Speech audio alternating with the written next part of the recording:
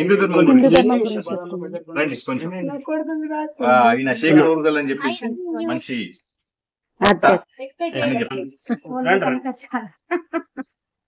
ఎందుకంటే మన హిందువులు మత మార్పిడికి గురవుతున్నారు కదా, దానికోసం.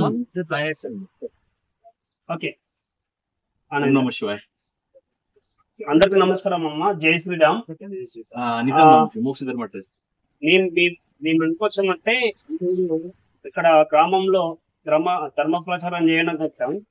అయితే ఇప్పుడు చాలా మంది పాస్టర్లు మన గ్రామాల్లోకి వచ్చి మత మార్పులు చేయడానికి మన హిందువుల్ని మత మార్పులు చేయడానికి ప్రయత్నిస్తున్నారు. అప్పుడు మీకు ఎవరికైనా వచ్చి అడిగారా?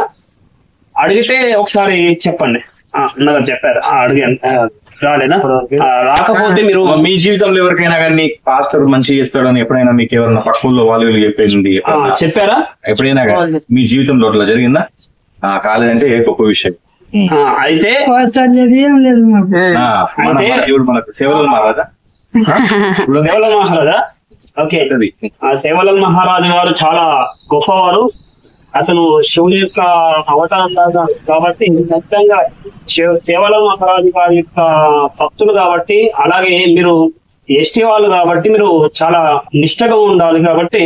అయితే నేనేం చెప్తున్నా అంటే ఇప్పుడు ఈ మధ్య కాలంలో పాస్టర్లు ఇటువంటి వాళ్ళు మన దగ్గరకు వచ్చి ఏం చేస్తారంటే మన దళితులను గుడిలోకి రానివ్వరు ఇలా చెప్తుంటారు.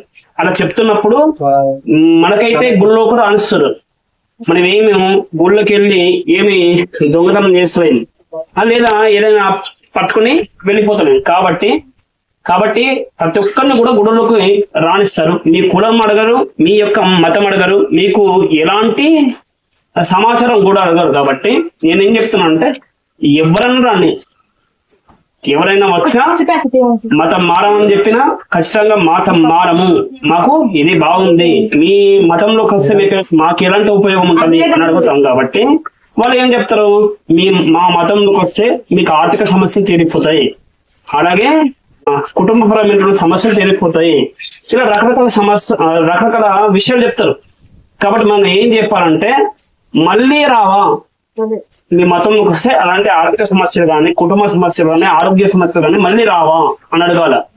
అడిగితే ఖచ్చితంగా